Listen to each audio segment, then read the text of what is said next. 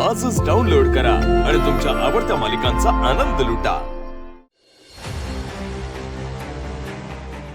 आई, मला माहिती आहे मारुती मामा का सोडून गेले।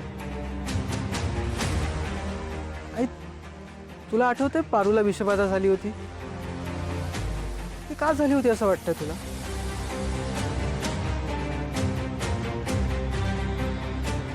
कारण मारुती मामाने तिला विष दिलं होतं। काय?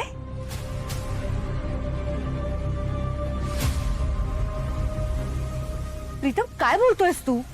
आई, मला माहिती आहे की हे खूप वियर्ड साऊंड होतंय। मी पण असा शॉक झालो होतो। पण आता तुला माहिती आहे ना की मारुती मामा, हे घर, त्याचा जॉब, याला घेऊन किती पॉझिटिव्ह आहे। आणि पारू आणि दादाच्या फ्रेंडशिप बद्दल पण तुला माहिती आहे। पण काय आहे ना, मारुती मामा थोडा जुन्या विचारांचा आहे। म्हणजे गरीब, श्रीमंत, मालक, नोकर असे विचार करतो तो अजूनही। पारू किती इनोसंट आहे। म्हणजे तिचा आपल्या घरातला वावर पण किती मोकळा होता ना। त्यामुळे मारुती मामाने तिला खूप समजवण्याचा प्रयत्न केला। पण तिच्या आणि दादाच्या फ्रेंडशिपमुळे पारूच्या कॅरेक्टरवर कोणी डाऊट घेऊ नये या एका कारणामुळे त्यांनी पारूला विष देऊन टाकलं।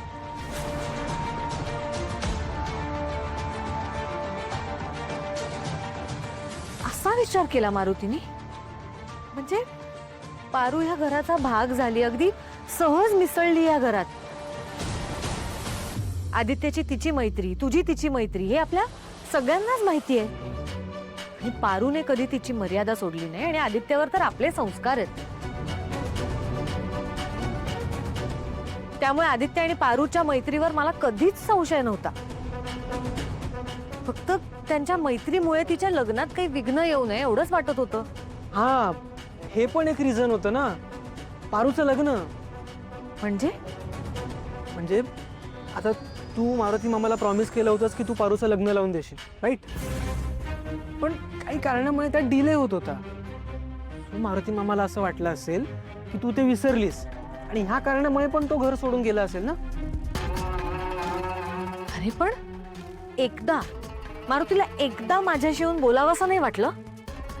आई, तुला माहिती आहे ना मारुती मामा कसा आहे, तो असा जनरली नाही बोलणार।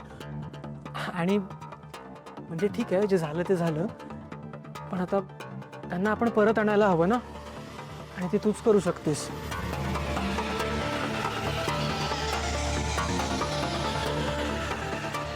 हो, म्हणजे मला फक्त एवढंच सांगायचंय की तुला दादा आणि पारू यांच्या रिलेशनशिपचा काहीच प्रॉब्लेम नाही, तरच मारुती मामा कन्व्हिन्स होईल का?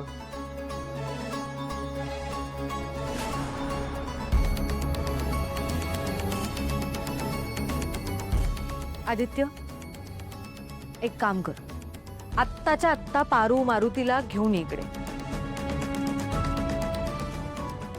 आई, खरंच?